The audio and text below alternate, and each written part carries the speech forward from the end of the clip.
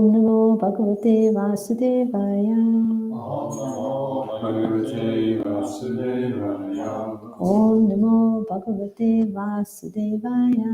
Om Namo Bhagavate Vasudevaya. Om Namo Bhagavate Vasudevaya.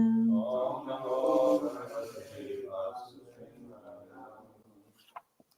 Reading from Srimad Bhagavatam, Canto 8, Chapter 3, Text 26. Gajendra's Prayers of Surrender.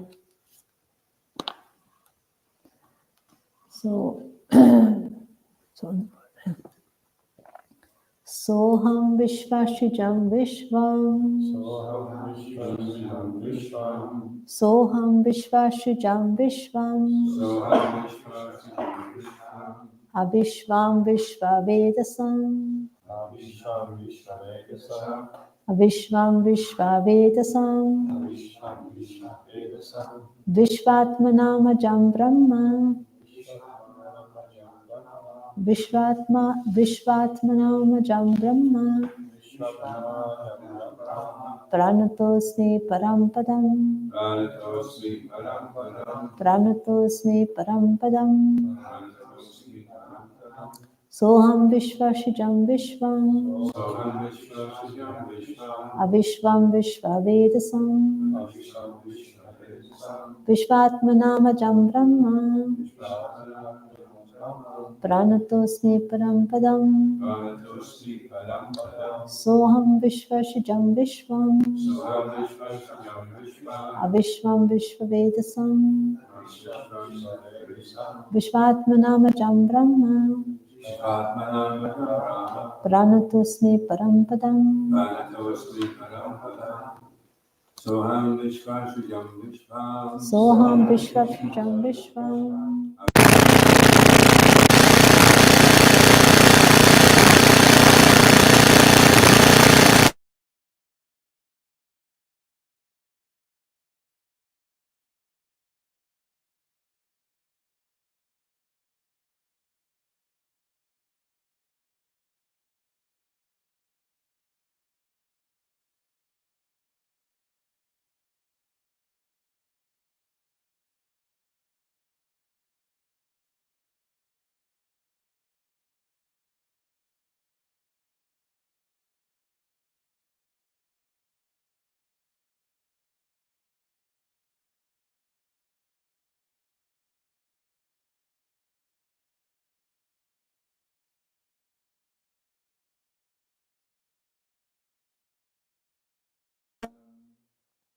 Saha, that. Aham, I. The person desiring release from material life. Vishvashijam, and to he who has created this cosmic manifestation. Vishvam, who is himself the whole cosmic presentation. Avishvam, although he is transcendental to this cosmic manifestation. Vishvavedasam, who is a knower or ingredient of the universal manifestation. Vishva Atmanam, the soul of the universe. Ajam, who is never born, eternally existing. Brahma, the Supreme. Pranata Asmi, I offer my respectful obeisances. Param, who is transcendental. Padam, the shelter. Translation. Now fully desiring release from material life, I offer my respectful obeisances unto that Supreme Person who is the creator of the universe, who is himself the form of the universe, and who is nonetheless transcendental to this cosmic manifestation. He is the supreme knower of everything in this world, the supersoul of the universe. He is the unborn, supremely situated Lord. I offer my respectful obeisances unto him. Please repeat. Now fully desire and release from material life. Now fully desire and release from material life. I offer my respectful obeisances unto that Supreme Person. I offer my respectful obeisances unto that Supreme Person. Who is the creator of the universe. who is himself the form of the universe, who is himself the form of the universe, and is nonetheless transcendental to this cosmic manifestation. who is nonetheless transcendental to this cosmic manifestation. He is the supreme knower of everything in this world, He is the supreme knower of everything in this world, the supersoul of the universe. the supersoul of the universe. He is the unborn, He is the unborn, supremely situated Lord. supremely situated Lord. I offer my respectful obeisances unto him. Purport by Srila Prabhupada Ki Jai. Sometimes when Bhakti Yoga Krishna consciousness is preached to the common man, people argue, where is Krishna? Where is God? Can you show him to us? In this verse, the answer is given that if we are sufficiently intelligent, we must know that there is someone who has created the entire cosmic manifestation, who has supplied and has become the ingredients for this cosmic manifestation, who is eternally existing, but who is not within the cosmic manifestation. Simply on the basis of this suggestion, one can offer respectful obeisances unto the Supreme Lord. This is the beginning of devotional life. Om Jnanatamrandasya Gyananjana Shalakaya Chakshurumritan Yena Tasmai Shri Gurave Namaha Shri Chaitanya Manobhistam Stapitam Yena Bhutale Swayam Rupakadam Mayam Dadati Swapadantikam. Jai Shri Krishna Chaitanya Prabhu Nityananda Shri Advaita Gadadhara Shivasadi Gaura Bhaktivinoda. Hare Krishna Krishna Krishna Hare Hare Hare Rama, Rama Rama, Hare Hare. Now fully desiring release from material life, I offer my respectful obeisances unto that Supreme Person who is the creator of the universe, who is himself the form of the universe, and who is nonetheless transcendental to this cosmic manifestation. He is the supreme knower of everything in this world, the supersoul of the universe. He is the unborn, supremely situated Lord. I offer my respectful obeisances unto him. So Gajendra is now continuing to pray, and this verse is desiring to fully design release from material life,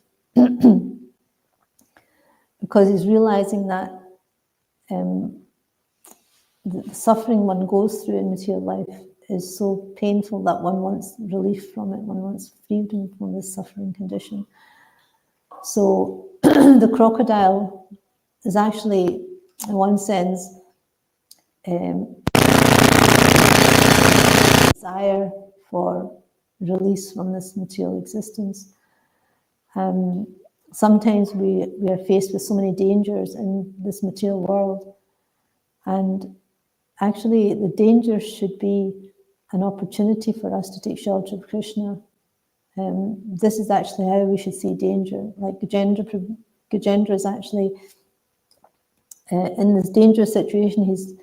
He can be killed by this crocodile, and he's realizing that there's no shelter in this material world. There's no shelter and from all the things that we may have that we think are going to give us some shelter.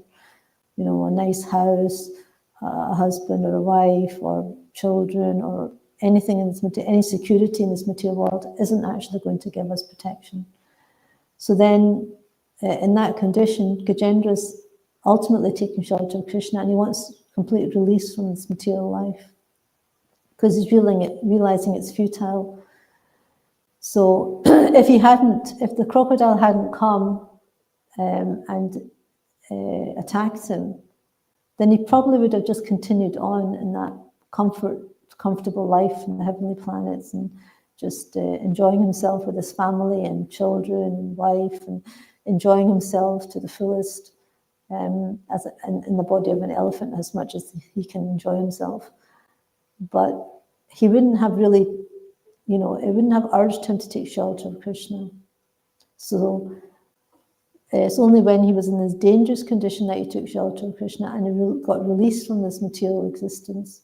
So in the same way, sometimes we think that we just want to be in our comfort zone. We don't really want difficulties and crisis and upheavals. We don't really want all these dangerous conditions because it really creates so many difficulties in our mind, difficult problems in our mind, and we don't like to be troubled mentally or physically. But sometimes we need that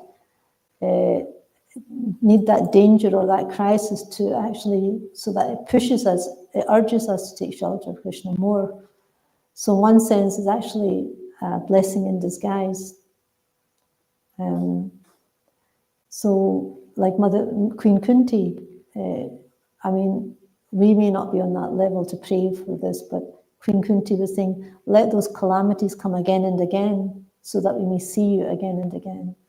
And in this way, we will no longer see the repeated births and deaths. So Queen Kunti, she's not praying that, oh, I'm so glad I'm free from all these distressed conditions, and it was so horrible, and now we can enjoy ourselves. But actually, she was wanting those calamities again and again, because those calamities got them closer to Krishna, made them more closer to Krishna. So this is an acquired taste. We may not be on that level to want difficulties in life, but this is to help us come closer to Krishna. If there's no pain, there's no gain. That's what I heard for many years. Unless we go through some difficulties, voluntarily accept austerities, then we won't actually progress, because we'll just stay in our comfort zone. And that comfort zone isn't going to help us attract Krishna's attention. So only when we come out of our comfort zone and we take shelter of the process of Krishna consciousness really fully, then Krishna helps. So Gajendra is actually now realizing that all his material life, all his life as an elephant, whatever he may have been trying to enjoy or trying to have security in, wasn't actually.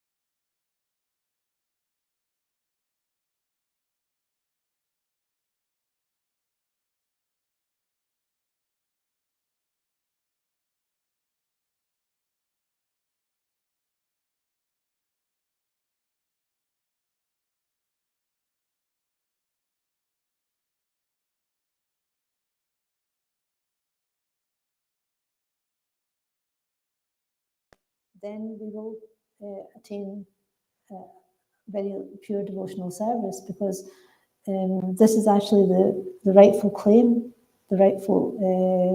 claim for us. It's not just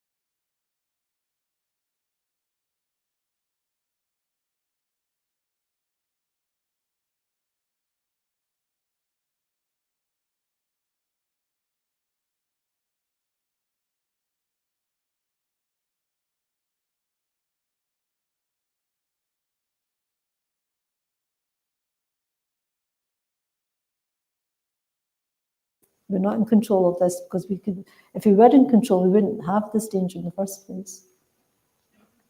So it makes us dependent on Krishna, and it makes us humble. So actually it's good for us to be in that situation, so it helps us to become humble, and only then will we be able to chant properly, when we're in a humble state of mind. So sometimes the danger becomes a source of help in our Krishna consciousness, because then we become humble and we realize that, we are dependent on Krishna, we're not in control. And also it helps us to genuinely surrender to Krishna. Like here we see Gajendra he's like genuinely surrendering to Krishna. He's not really got much other motive. So it's a natural reaction of a devotee when there's a danger, that they turn to Krishna for help. And when they recognize that Krishna is the ultimate source of everything, and he's the ultimate shelter and the ultimate protection. We can see how Prahlad Maharaj always took shelter of Krishna, and he was always protected. And we see that and so many times the Pandavas are faced with so many dangers, and they always took shelter of Krishna. And the Brajbasis, whenever there was a demon, they just said, Krishna, Krishna. Throughout the whole 10th canto, there's so many demons, and the devotees just take shelter of Krishna. So this actually is natural for us to take shelter of Krishna, and it helps us to surrender to him. And also it encourages our spiritual practices. In a time of crisis, then, it's like a catalyst for sincere prayers, remembering Krishna's holy names. So we can get free from this dangerous situation. It's a natural, because like a child, when it's in danger, it naturally cries for its mother. It doesn't have any other motive. It just naturally, it will call out, Mommy, it's a natural call. So in the same way, when we're in danger, a devotee is in danger, naturally it will just take shelter of Krishna. Naturally, a devotee will take shelter of Krishna, or supposed to take shelter of Krishna. And remember Krishna's names.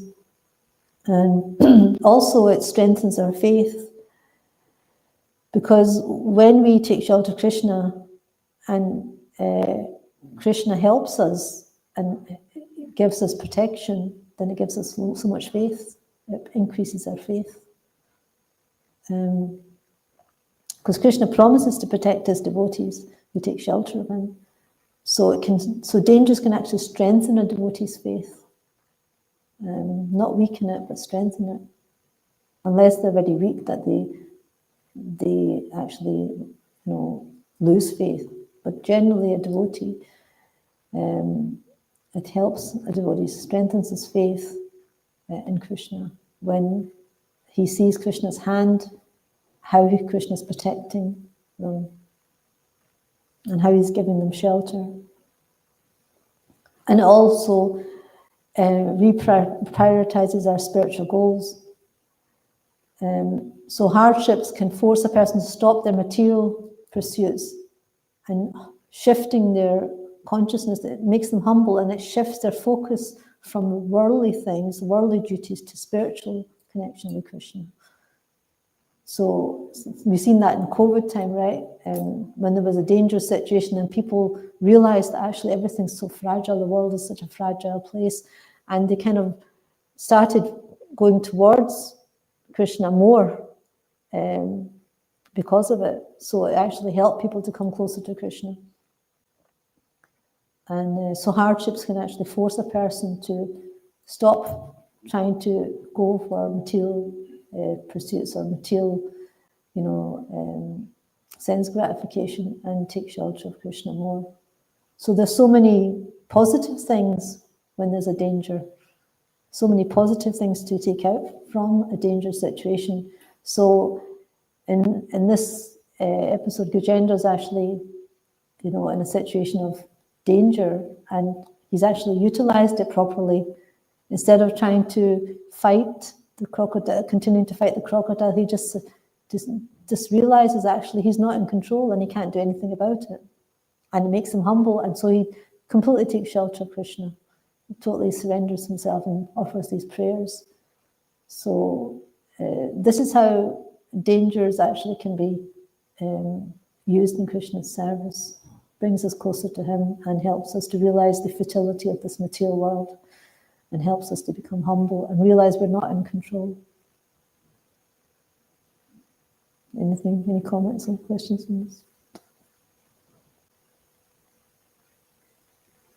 Is it possible to avoid it, or do you have to go through it?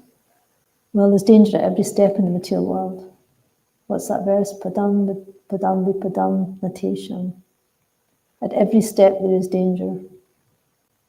Literally at every step there is danger. We don't know what's going to come next, and we don't know how it, and also we have to accept responsibility that we may have done something in our previous lives or in this life that we're going to get a reaction for.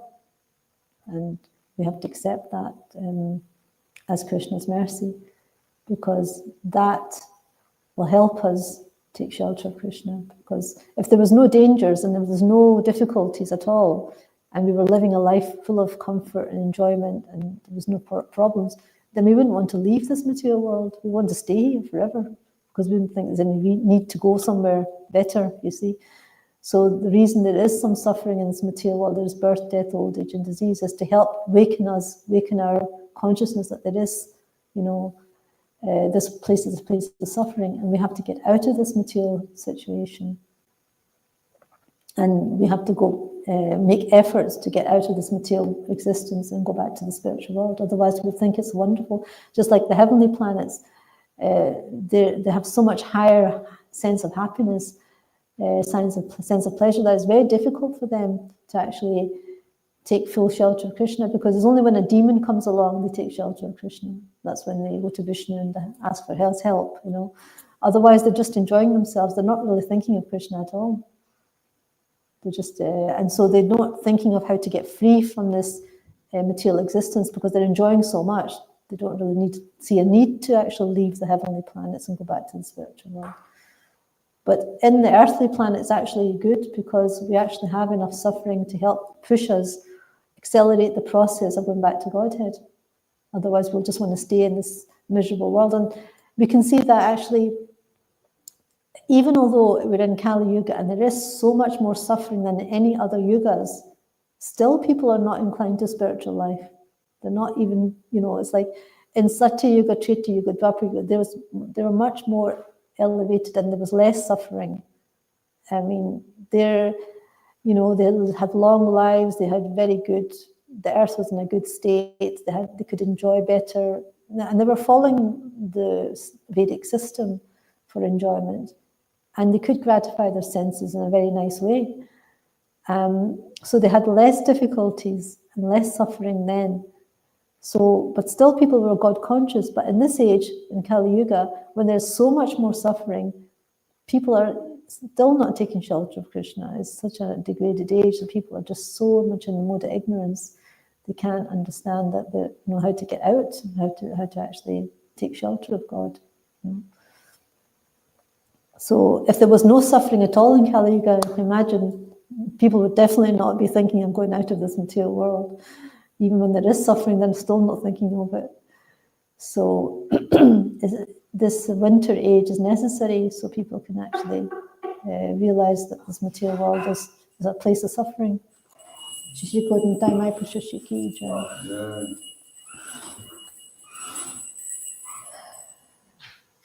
And people are like here, Prabhupada is saying in the purport,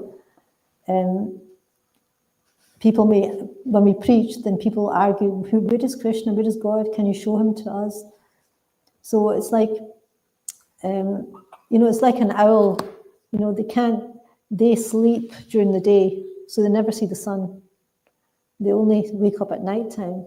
So trying to tell somebody that tell an owl that there actually is a sun and there is sunshine, is like, they're never going to believe it, because they're not awake to see the sun themselves, and they don't take any instructions for those who can see the sunlight. So that's what materialists are like. They're like owls. They're sleeping throughout the day. They can't see Krishna's hand. They can't see that the whole cosmic manifestation is there and it's so perfectly arranged, and they don't think that there's an intelligent designer behind it. It's like everything in this room, we can see that this microphone, as soon as you see the microphone, you think, well, there must be an intelligent designer to design this microphone. It's just common sense, right? You wouldn't think that the microphone just appeared out of nowhere and just a rain, appeared in this room out of nowhere and just got designed itself. Of course, there's a designer, some intelligent person who designed it. Same with the paintings, they didn't just manifest automatically, spontaneously themselves. Somebody must have painted them. It's just common sense. But we see that common sense is not very common. It's like it's not even a very intelligent thing. It's like common sense thing. It's not like it's not a rocket science. It's like such simple common sense thing people can't even understand.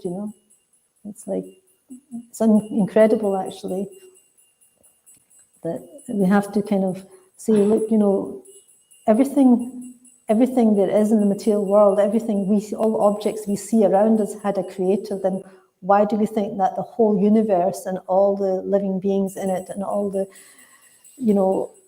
everything, the planets, the grass, the trees, all of the flowers, they just came by chance, it doesn't really make a lot of sense. There's no logic in it.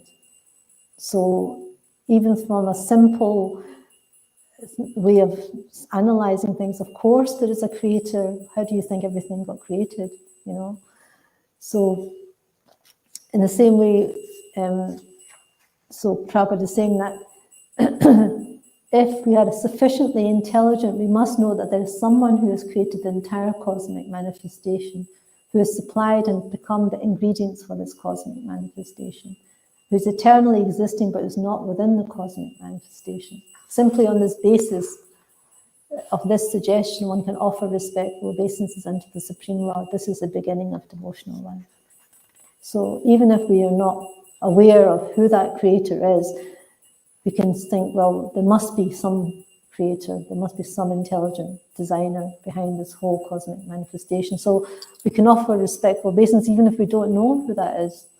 We don't know who the artist is, who painted this picture, but we can offer some appreciation that whoever the artist is amazing, So, and that's the start of our devotional life. And then Krishna can reveal to those who are sincere, can reveal himself personally, and also we can see Krishna's hand in everything. We can see how he's so amazing, and how he's conscious of every time, place, and circumstance. He's aware of everything, and he's aware of every living entity's needs. He's a super soul in everyone's heart, and he's supplying, like Prabhupada said, he supplies the food to the ant, and he's supplying food to the elephant who eats tons and tons of fruits and vegetables. Where is that coming from? How does an elephant survive in the jungle? Krishna's providing everything it needs. He doesn't go to work. He doesn't go and make money to buy things. Everything's there in the forest for the elephant to survive. And the ant is not like, trying to figure out how he's going to, buy some grains of sugar. The ants find something. Krishna supplies everything to the birds. Krishna's supplying everything. They're not looking for, they're not endeavoring too hard to find some food. It's all arranged by Krishna. So if Krishna can supply food to all the living entities in the material world, then why are we thinking that, we have to work so hard to get some food? Krishna will help us. Krishna will supply it, especially to his devotees. He will look after them. Like Prabhupada says, we don't go to church and say, give us our daily bread. We don't have to pray for our daily bread. Krishna will help us. It's not something we have to, pray for. Krishna will supply us with everything, as long as we're serving him. And even those who are not serving him, Krishna is supplying them. Even the atheists are getting their food. Krishna is not, even stopping them. He's supplying everyone, all living entities, with what they need. So we have to have faith that Krishna is looking after us, and he's there protecting us. And whatever happens, we have to see that that's part of Krishna's hand is for our ultimate protection, is to help us grow in our spiritual life, to help us come closer to him through the hurdles, through the difficulties, because we'll take shelter of Krishna in those difficulties. So it will help us to come closer to him. And that's what ultimately Krishna wants. He wants us to come back to God. So sometimes there is necessity for a dangerous situation to help us realize that we're not in control and help us to become humble and see Krishna's hand in it. Krishna's only doing it so that we can become purified. There's a nice poem by that person. What is it? I asked for something and Krishna, God gave me this. I should have brought that poem. I asked for strength, so God gave me difficulty to overcome them. So we ask Krishna for strength, and Krishna gives us difficulties to overcome them. And so many different things, and Krishna may not give us what we want, but he gives us what we need to grow in our spiritual life. So we may not get what we want, but we'll get what we need. And there's two different things. Any other questions? In the famous verse from the Tanakh, Ateni Kampamti Shikshimana, it says, one who earnestly continues, it will become his rightful claim. So if you're not earnest, then what happens to, say you're a devotee and you go through some difficulty, but you don't react to it in the right way?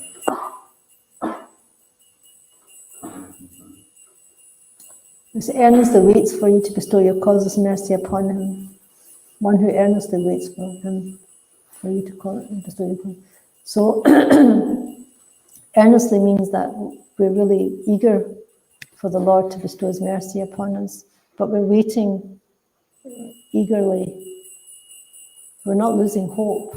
That's what it means. We don't become hopeless.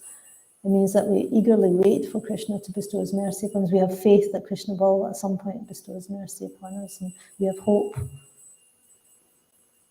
And what happens to those that don't? Will you tell me what happens to them? Well,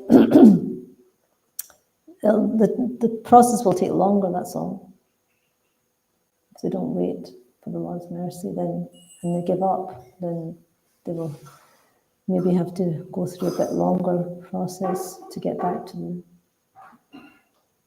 that situation again. Yeah.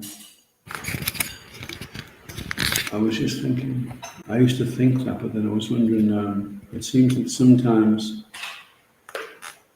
a devotee could start off earnestly, and then he could become offensive, and then he could end up in a worse situation. He could end up in that worse situation. In that worse situation, he may be able to, like Gajendra, he was a great devotee in his past life and he got cursed to become an elephant. So he did fall away from that. He did commit an offence and he became in a fallen condition. But still, because of his devotional service, he remembered the prayers at the time of danger and distress. So in the same way, even if we fall away, if we have performed devotional service, and then somehow or another we will remember Krishna, just like Ajamil, he performed some devotional service and then he fell away. And although he became so degraded, still, because he had performed some devotional service at the time of danger, somehow or another, he got a chance to say Narayan. He actually, was protected. So a devotee in some form, some way or another, Krishna will help them,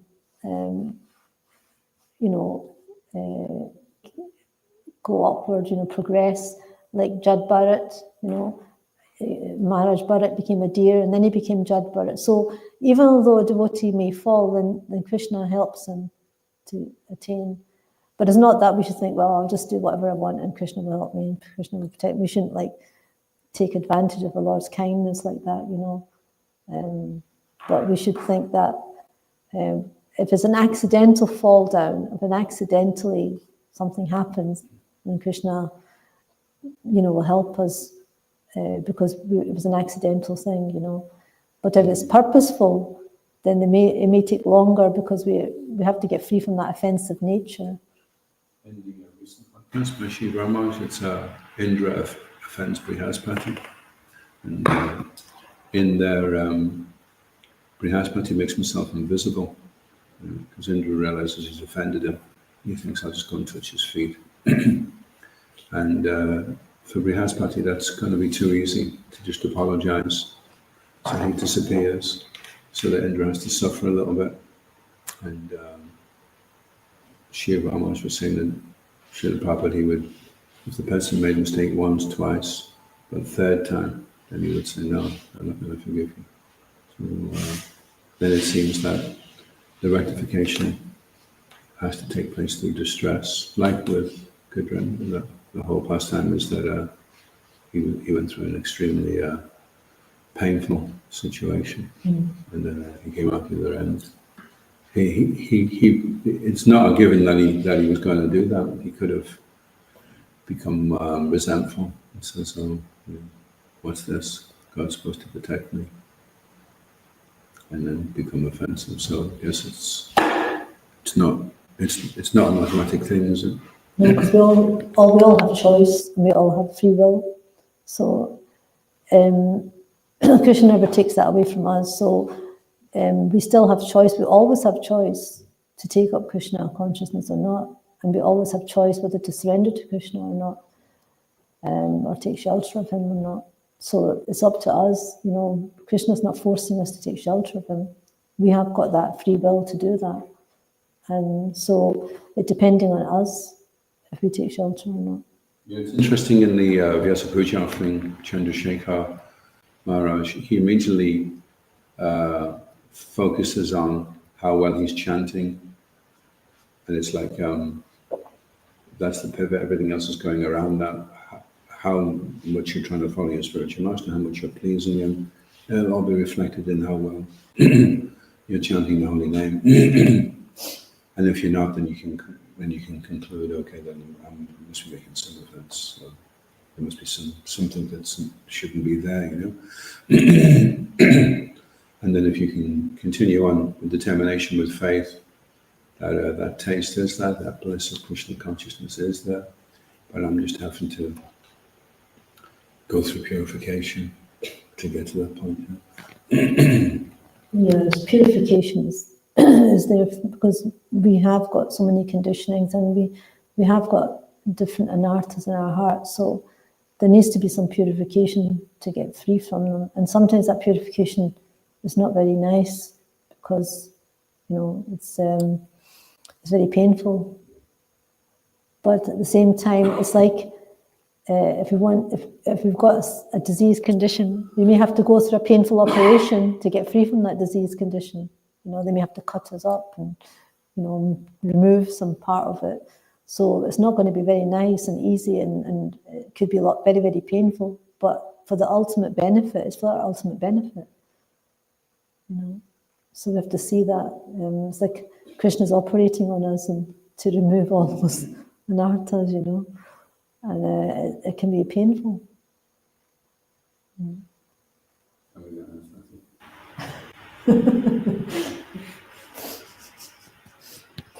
So the anesthetic is the holy name, because if we're chanting it, then we won't feel the pain so much. But we have to, you know, accept that it's not just going to be a bed of roses. You know, there will be a few thorns on the way back to Godhead. It's natural. Rain is very thoughtful.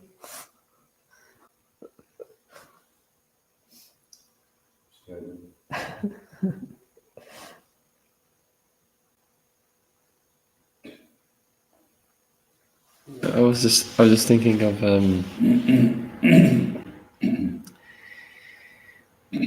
because Krishna is personal, we cannot make any material arrangements to get that relief. Yeah, it isn't like it's mixed these three things together and that's going to do the job. So it has to be that prayer, hankering, and then surrender. It's because the Krishna is person, and he's going to reciprocate in that way.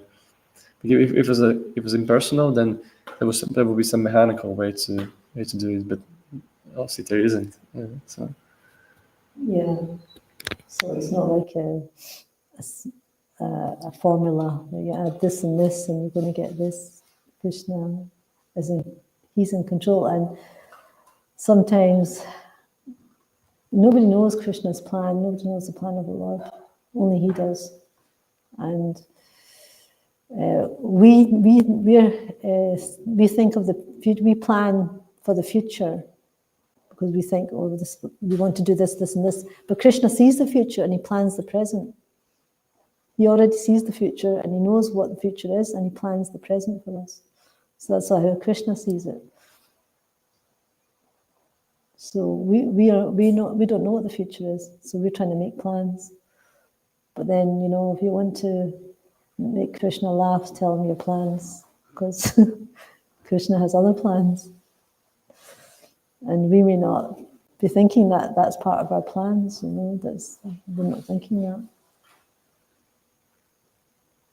So, that's what you have to accept, that Krishna has a higher plan. And it's up for our ultimate benefit. We have to understand that whatever Krishna's plan is for our ultimate benefit. It may not be very nice now. It may not be palatable, in a present condition, but it's for the ultimate benefit, for our ultimate spiritual welfare. We always have to see that Krishna's looking after our ultimate spiritual welfare. And it may not be. Just like Arjuna, he didn't want to fight. He was in so much stress and trauma, even thinking of fighting his relatives. And because he was thinking of his, present condition, and he was thinking, I just can't see the point in it, because he was thinking of himself and how he would enjoy himself, his own enjoyment with his relatives. But he didn't see Krishna's higher plan. And Krishna's plan was that he wanted Yudhishthira Maharaj to be the emperor and everybody living in a very good Krishna-conscious society under Yudhishthira Maharaj. That was the ultimate, that was the higher plan. And Arjuna was thinking of just the present predicament that he was in. So we have to see that ultimately the higher plan is, Krishna's plan is the higher plan. And it may be not according to what we want to do, it may not be what we feel is comfortable for us, but for our ultimate good, Krishna knows what's best for us. Yeah, what causes the discomfort is our resistance. So if we, like with Queen Kunti, once she accepted the situation, she was okay, things were fine. Same with Arjuna, once he accepted.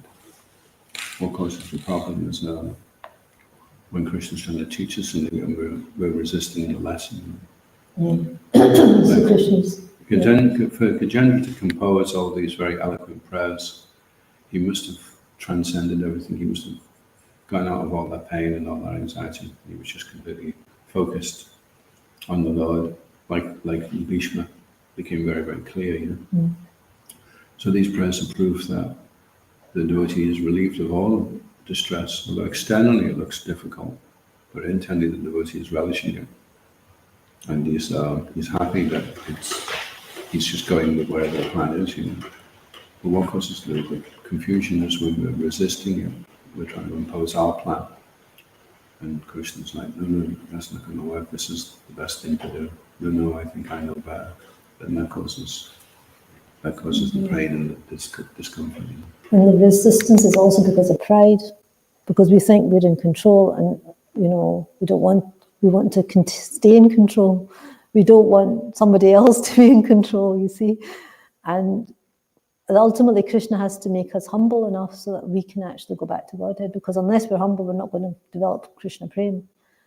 So ultimately, we have to become very humble, and all these different tests and lessons are there to help us ultimately to become humble and realize we're not in control, and we have to learn to be tolerant and humble. So ultimately, it goes towards that. That's how Krishna is purifying us, so that we eventually become humble and tolerant, forgiving, patient.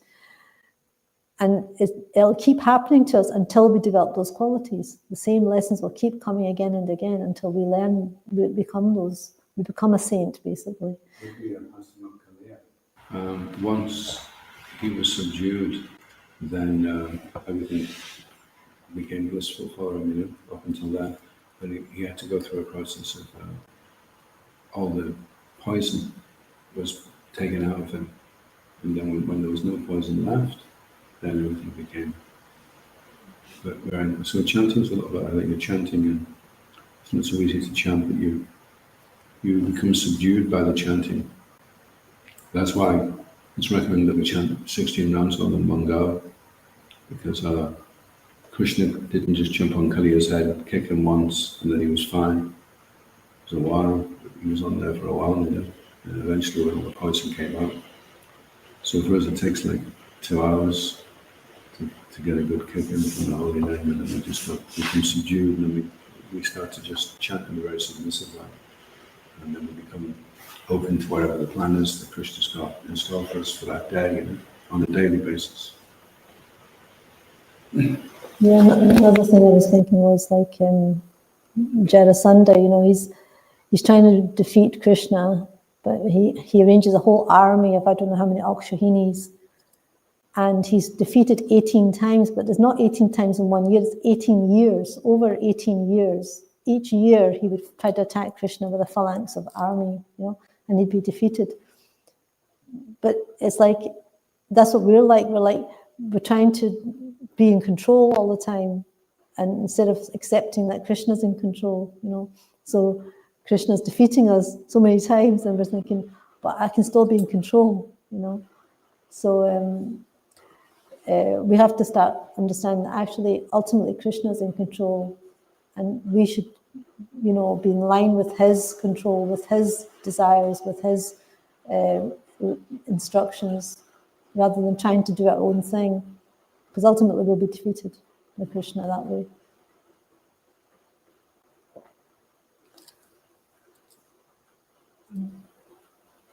Is that okay? Should I finish here, or is there one last comment or question before I stop? Over time. Okay. Granth Srimad Bhagavatam ki jai, ISKCON Guruvind ki jai, Srila Prabhupada ki jai, Gaur Premanandi. Sadhu Sangha Sadhu Seva ki jai.